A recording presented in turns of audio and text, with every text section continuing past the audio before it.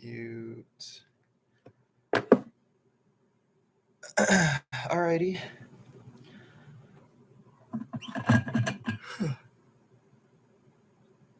Mm. Part 2. Okay, let's look at the bookmark. Yup. All right. Let's see, will this be too bright? Okay, no, that's actually perfect. Last time it was too bright. And where's my pen?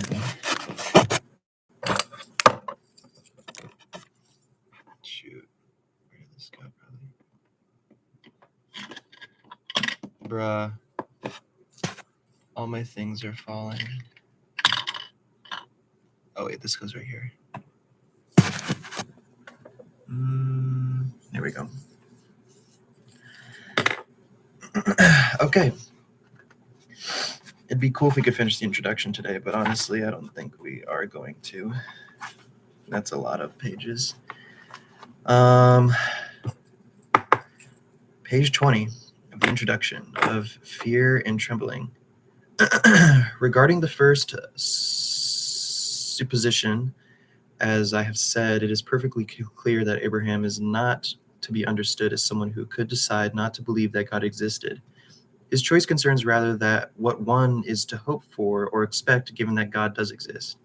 Second, I'm probably going to want to underline that. I think this might be like a good key section. Second, it is equally clear that Kierkegaard's God is not Hegel's, but a source of values, the realizations of which does indeed call for the teleological suspicion of the ethical. As for the third and more problematic supposition, it strikes me as desirable in tackling the question of Kierkegaard's intentions here to focus on what is actually recounted. Abraham believes he will get Isaac back, and he does. The possibility that he might not is one that Abraham chooses to ignore, correctly as it turns out. The point of the story is best sought in these two features. Let's see. Yeah, that's a good section. I don't know. Thus far, the fact that he says Abraham chooses to ignore, I don't know, kind of doesn't feel consistent with what has already been like laid out. Because I feel like, I don't know, maybe that was what happened, or he's choosing to ignore it because of his faith in God. Yeah, that's probably what it means. The preamble from the heart gives us a portrait of a knight of faith very different from that of Abraham.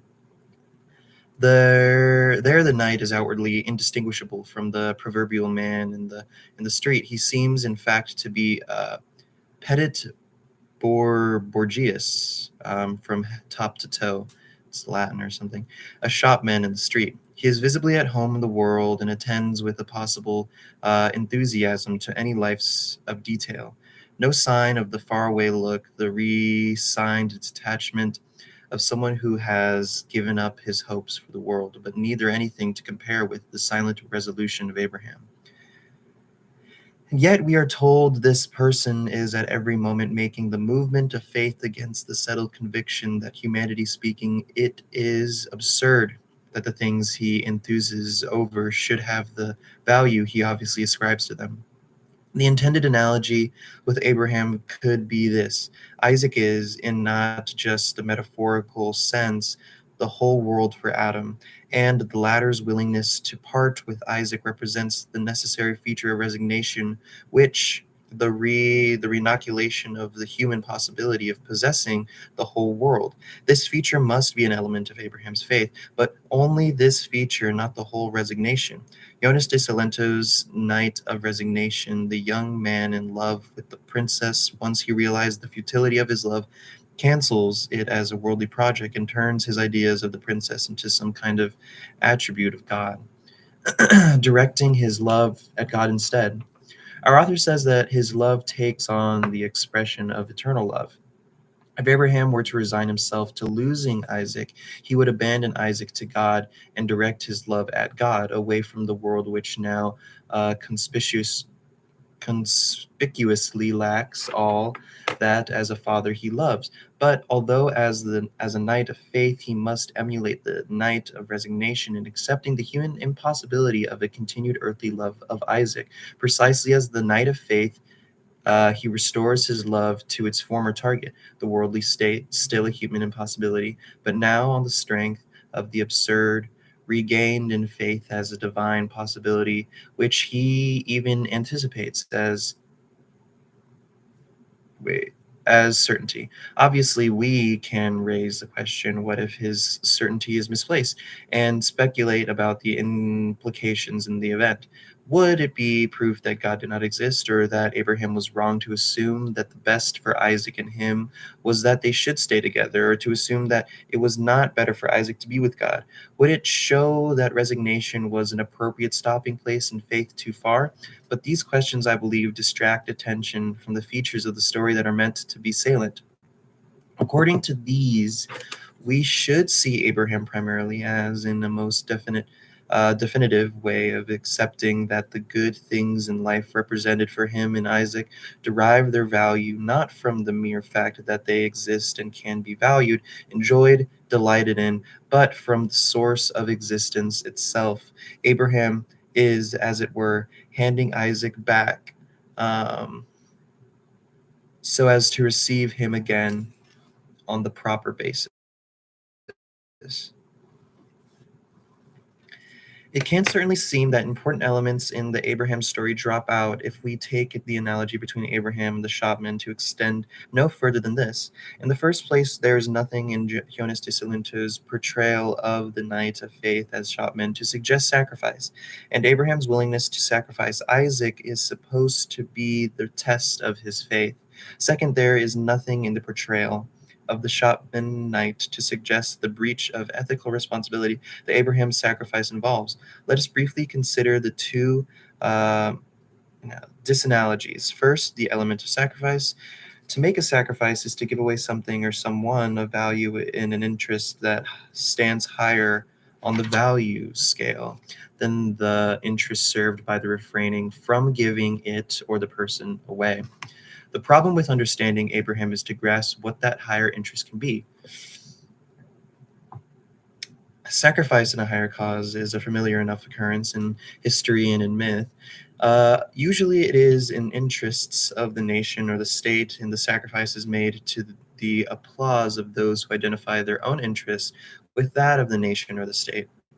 But in sacrificing Isaac, Abraham is serving no higher interest of that openly shared kind. No one will applaud him. Now, in ordinary life, we abandon things and persons for quiet, selfish reasons. But we should often like to parade these losses as sacrifice on behalf of projects of a not purely selfish nature. A young man might abandon his plans to marry and excuse himself by telling his fiance that marriage would interfere with his long-term interests in being fulfilled, or still more pompously with society's interest in the fruits of his further education. I might even try to convince her that it is in her best interest. For any outsider, including the fiance, it would be very hard to tell how honest these claims to unselfishness were, or whether the real reason was that the young man was tired of the girl, thinks marriage will bind him, and wants more experiences in quotation marks before settling down in quotation marks. The Abraham story is not like an everyday one. As Jonas de Salento tells, um, there can be no deception or self deception of that kind. Abraham could not be wrong in believing that he has no selfish interest to serve in abandoning Isaac. He has only one selfish interest, and that is invested in Isaac. There is nothing Abraham could envision for for his own benefit that was not identical with those of the hopes of Isaac. There is therefore no basis in Abraham for the general doubt one may entertain about a sacrificer's honesty, that people often do have motives to conceal purely selfish reasons for disregarding the wishes and interests of those whose interests they would be expected to protect. That being so, when we are told that Abraham abandons Isaac in order to prove his faith, we cannot suspect, as in ordinary life we often can, that this is just a cover that serves to conceal some more mundane interests. That's actually pretty important.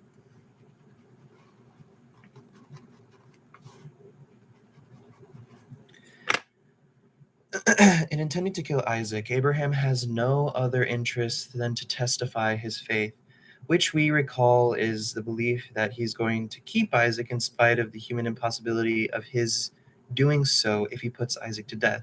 Note that by being himself the cause of Isaac's death, Abraham also eliminates the kind of doubt one can have about oh a person's faith when it is adopted in order to alleviate the pain. Say, or bereavement caused naturally. Here, Abraham is bereaving himself, bereaving,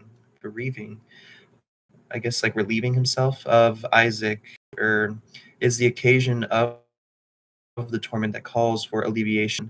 His faith cannot be a means of alleviating pain when it is the cause of pain that is supposed to alleviate. God, I love sentences like this. I love sentences like this. His faith cannot be the means of alleviating pain when it is the cause of pain that is supposed to alleviate. It's like, oh my God, that is so good. That is so good. Is that parallelism? I don't think so. I don't know, but it's like flipped.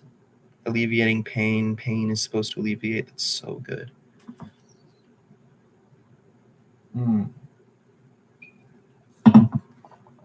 The main point, however, is precisely that the story of Abraham, as Fear and Trembling presents, it is artificially removed from the kinds of contexts in which sacrifices are normally called for, and from the situation that normally calls for them.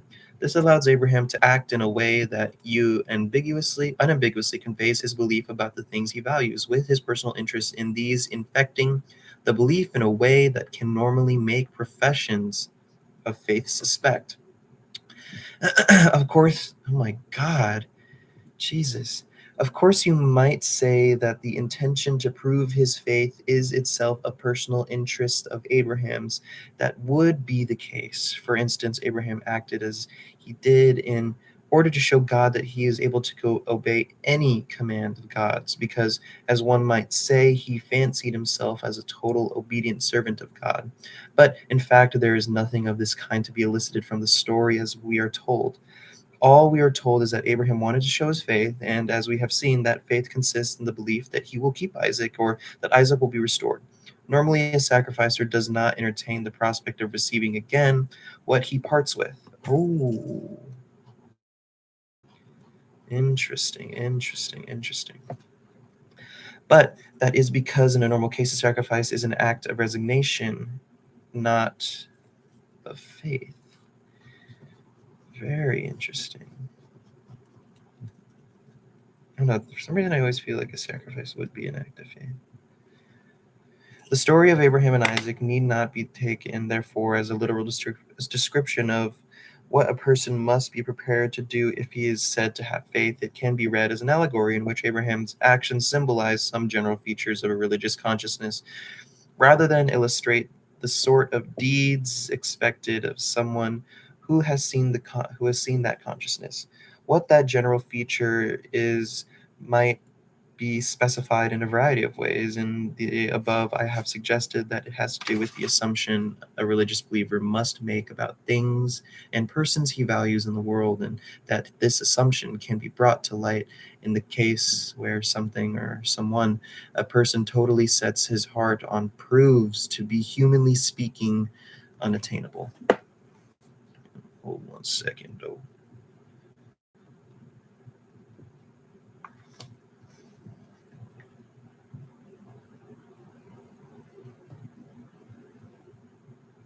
One second, though.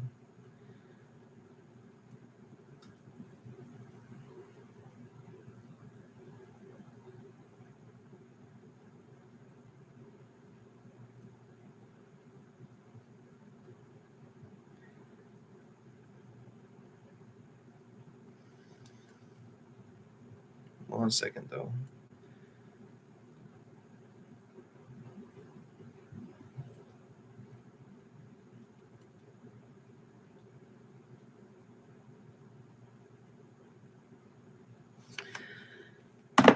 All right. This might suggest that faith, the belief that it is nevertheless to be attained on, The strength of the absurd is only for losers, the young men whose princesses are unavailable, the young maidens who are doomed to never find husbands. That would be a very narrow concept of faith. But Jonas de Salento's lyrical account of resignation might be allegorical too. It could be read as symbolizing the way a person must look upon everything that he values, whether or not it is unattainable. It could be it could symbolize the attitude that says that nothing in this world has value simply because one values it. Oh, nothing in the world has value simply because one values it. Then who decides value?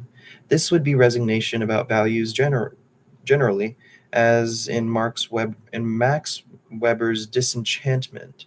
Faith would be correspondingly the attitudinal appendix to this, that things have their value nonetheless, but they have them on their own account and from God. It would be plausible to attribute this compound attitude to the shopman knight of faith, but also, of course, to attribute it to Abraham and his belief that what he is giving to God will be returned, as it was but a status, but its status clarified.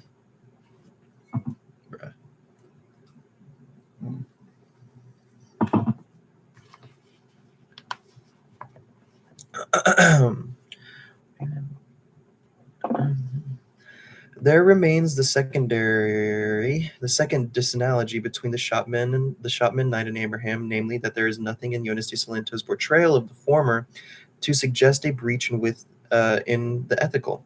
This brings us to the infamous teleological suspicion of the ethical, the subject, as remarked before, of much academic controversy.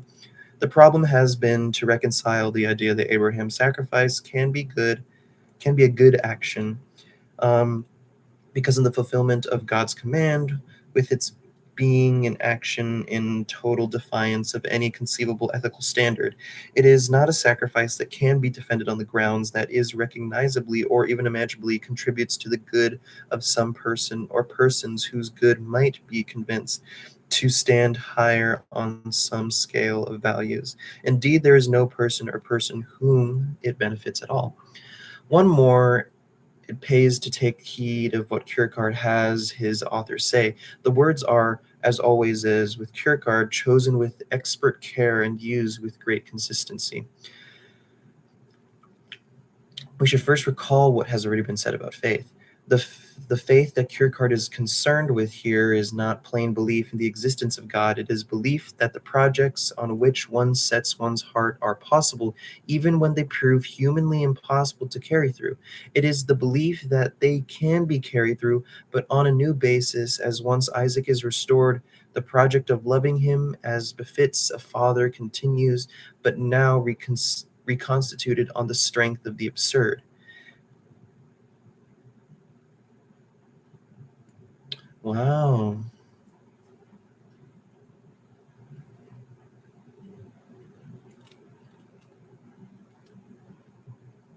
Wow. Damn. That kind of hit. That kind of hit for sure. It is the belief that they can be carried through, but on a new basis, as once Isaac is restored, the project of loving him as it befits a father continues, but now is reconstituted on the strength of the absurd. That's really cool. That is really cool. That gave me chills on my legs. In the third of the problemata on the question of whether Abraham should have told the affected parties of his intention to sacrifice Isaac, we are told another story, or rather several versions of another, that the Agnant and the Merman, which, unlike Abraham 1, is clearly intended to mirror a situation in real life. In drawing his conclusions from the story, our author tells us that the greatest kind of person he can conceive of one is who becomes revealed. In Kierkegaard's terminology, that means someone who has the strength of mind to face moral responsibilities in spite of certain fundamental obstacles. It is also called accomplishing the universal or realizing the universal. In a version of the legend outlined by Jonas de Salento, the merman realizes the universal by marrying Agnant. Wait, Agnant? Yeah. but can only do so on the strength of the absurd by making the movement of faith. Now, Jonas says he understands the merman because the merman is in the humanly intelligible situation, even the familiar situation of being prevented by his own guilt from realizing the universal. What is intelligible about that is that the merman has the resources to the absurd in order to come back to the universal from which the guilt has exiled him. But Abraham is not intelligible in this way, for Abraham is already quite capable of accomplishing the universal as far as his obligations to Isaac are concerned. He is and wants always to be a good father to Isaac. What is unintelligible about Abraham is that he is using the paradox to make himself incapable of realizing the universal. I don't get that. But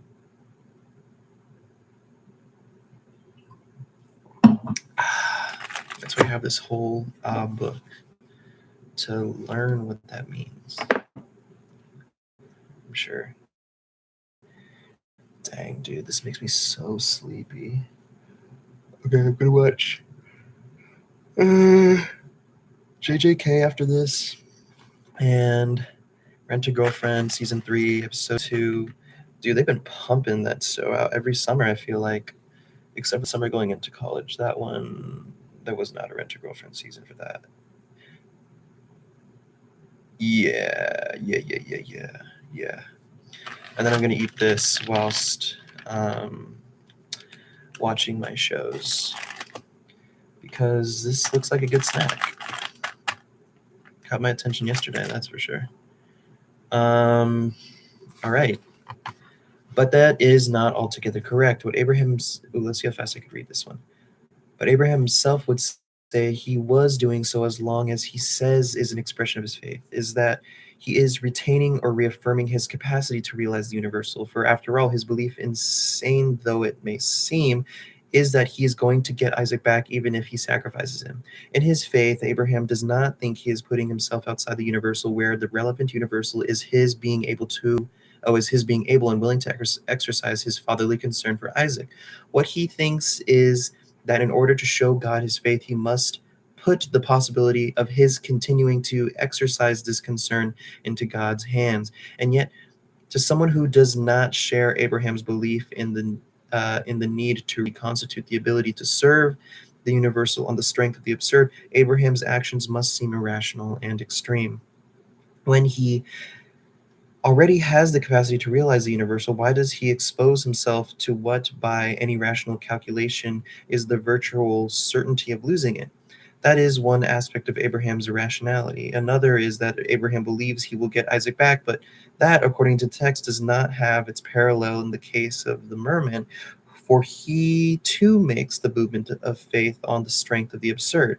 However, there is a third aspect of irrationality that is not shared by the merman, whereas the merman, so to speak, falls back onto this latter irrationality as a way of getting back his capacity to accomplish the universal.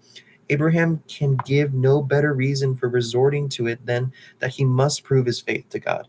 So the contrast of the inintelligibilities as between the merman and Abraham looks something like this. The fact that the merman resorts to absurdity to regain the capacity to accomplish the universal is partially intelligible. It is intelligible on the surface to someone who equates morality with the accomplishment of the universal, but only on the sacrifice, or only on the surface, because such a person would not understand the element of absurdity and faith that the merman needs in order to reestablish this capacity, which a person who makes this equation will unreflectively praise. However, such a person fails, or since such a person fails to grasp the means, he also fails in any genuine way to grasp what he is praising the merman of doing. What the merman is genuinely doing is coming back to the universal via a position which no longer equates morality with accomplishment of the universal. As for Abraham, he, despite appearances, actually has the same kind of aim as the merman. He wants to regain the capacity to accomplish the universal. But for him, since his specific intention is not to accomplish the universal in some particular way, but to prove his faith, show that he believes that intentions of the kind the merman genuinely has are the properly moral kind of action. This requires as a means um, an act of self incapacitation which no one who equates morality with, and which such a person could therefore never find intelligible as a moral action. A question that arises here is whether Jonas de Salento is intended by Kierkegaard to be such a person that is someone who superficially understands the merman, but because he doesn't understand Abraham, doesn't genuinely understand the merman either, or whether we should look further for something that Jonas genuinely understands about the merman and not about Abraham. I leave this question open, though some remarks below indicate the kind of answer that I myself find plausible. The most important conclusion to draw from the above remarks is that the merman and Abraham are engaged in two very different projects. What we are, I think, entitled to conclude from this disanalogy between them is that where the merman is doing one thing, calling on faith to get himself back into the universal, Abraham is sacrificing Isaac is doing too. At one level, the sacrifice is an act of general resignation that he has to perform before he can show that he believes the goals praised by the universalist can be reestablished as praiseworthy on the principle that the diametrical opposite of that on the universalist praise them, and at another, his ability to carry it through is his showing this. Abraham wants to show that the goals can be reestablished. Dude, I'm. Oh, Nick. Yes, season 3 is out. Came out last week. Episode 2 came out like a couple days ago. Yeah, a couple days ago, baby. You got some nice screenshots from it, man. And actually, let me tell you this. That episode was probably like one of the best episodes to come out because I actually liked Kazuya in this episode. Like he actually like wasn't an annoying like horny main character. I mean, he was, but like it wasn't that bad. And like, yeah, no, the first episode of season 3 was really good. Or it was decent. It was good. Yeah, it was good.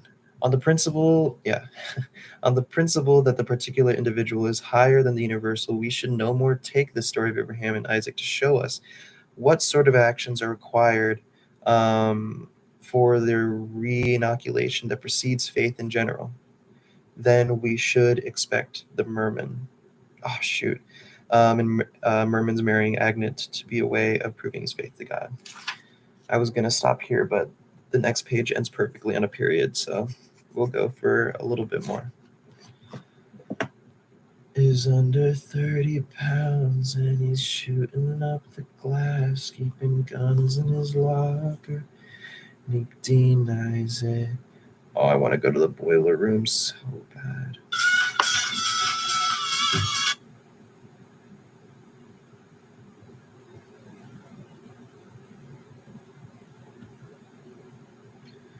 Oh shoot, that was like a rave the other day, huh? Shoot, that would or not a rave, but whatever. Just checking the Insta right now, though.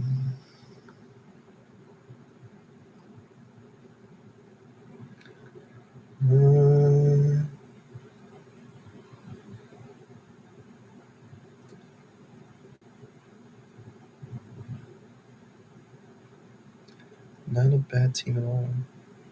All right, let's see if any new moves have been made. Nope. Nope. Yup. Nope. Yup. Alrighty. Let's get on to this. The opening pages of each of the 3 problemata all follow the uniform pattern. First, the ethical is defined as universal, then a consequence drawn from this, followed by the observation that to accept this consequence is to concede that Hegel's account of ethical is right. Thereupon, our author claims that Hegel's account is indeed right, and that Hegelians have no right to talk of faith or give credit to Abraham as its father for according to each of the consequences in question. Abraham must stand morally, even criminally condemned. The three consequences of defining the ethical as the universal are that the individual's moral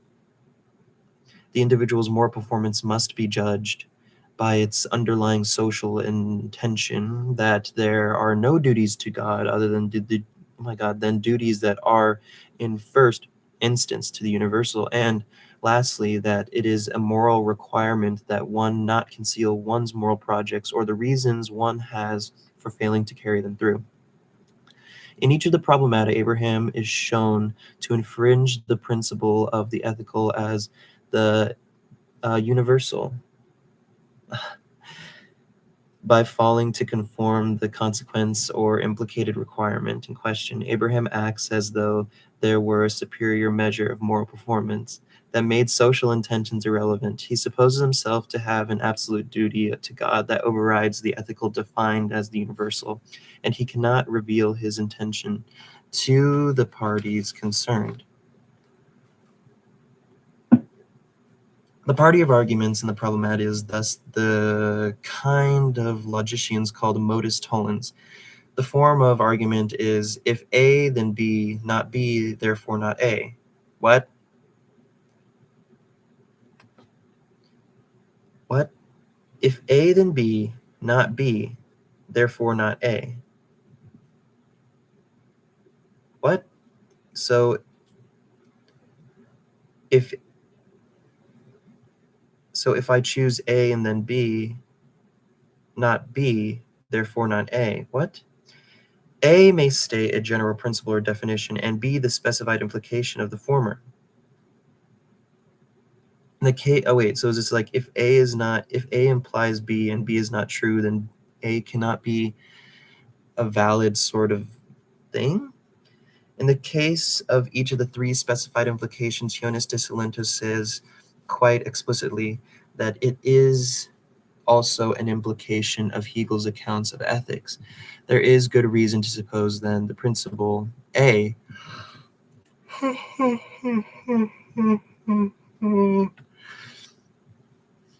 oh my god. A is intended as a statement of the Hegelian conception of ethics prevailing in Kierkegaard's time. Hegel defined ethical life. Shoot, where does this quotation mark end? Okay. I don't know where it ends. The basic idea behind an ethics of some Sitlichkeit. I don't know. Must be some sort of Dutch word or something. I don't know. Yeah, because Copenhagen is in Norway. Copenhagen is in Denmark. Yeah. I think. Nick, can you look that up for me where Copenhagen is? Is that public morality or the principles of social and political cohesion underlying any actual society are expressions of universal human goals. If there is a human goal at all, that there is where it finds expression. Thus, in order to become moral, the individual should conform to and begin to want to act in accordance with it. The principles of public morality that any state must be based on. The state, says Hegel, in and by itself is the ethical whole. This is precisely the idea of the ethical as the universal, which the Problemata presents as a hoop that Abraham must jump through in order to prove the morality of his action. Abraham consistently fails. What he himself would say in explanation of this action, that his faith is being put to the test, is quite incomprehensible according to the principle. For on the principle, God could only test him by tempting him out of his familial and social obligation. There could be no duty to God that was not to be found among these obligations. And worse, Abraham cannot even explain his case because there is no other way of intelligibility excusing your sacrifice of another as a moral action than by being able to show the one to be I got you. It's not in Denmark. I got you. It's not only in Denmark. Yes, thank you, Nick. I appreciate you, my friend. I appreciate you. I had a feeling. You know, I've I've read a lot of, I haven't read a lot of Kierkegaard, but I've had a lot of run-ins with Kierkegaard in Copenhagen. So, yeah, so that Sittlichkeit must be Dutch, is what I'm assuming. Yeah, but Copenhagen's lit. Hopefully one day I get to go. This makes any attempt on Abraham's part to communicate his intention to others a temptation. If he can find anything intelligible to say by way of explanation, then he has failed the test, but been tempted by the ethical, instead of proving himself to be, as a particular individual, higher than it. Yay! I think we did read 10 pages actually, so yeah, we did. It took 35 minutes though. Alrighty. I'm gonna watch anime and then do push-ups and pull-ups and sit-ups. Yes. Alrighty. You know, also, I think someday soon, hopefully tomorrow maybe, I'm thinking about re-uploading my top 22 songs of the year, just because it got taken down because a video in it was like copyrighted. So I'll probably just go back into like the editing or something, take that one out, put it in with a new video, just so I could have that up on the channel. Yeah, not that like the 2023 list is coming anytime soon, but still, I guess I would just like to have that on the channel, you know, still. Yeah, alrighty. Bye-bye. Thank you, Nick.